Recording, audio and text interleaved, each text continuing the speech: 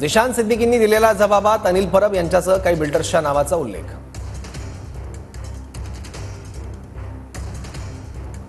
परब संत ज्ञानेश्वर नगर SRA प्रकल्पाच्या पुनर्विकासासाठी स्वतंत्र builders आणण्याचा प्रयत्न करत होते।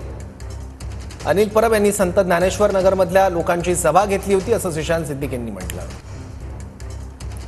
माझ्यावर विश्वास असेल तर मी कुठलाही बिल्डर आणेन, त्यावर विश्वास ठेवा असं परब सभेत म्हणालेले।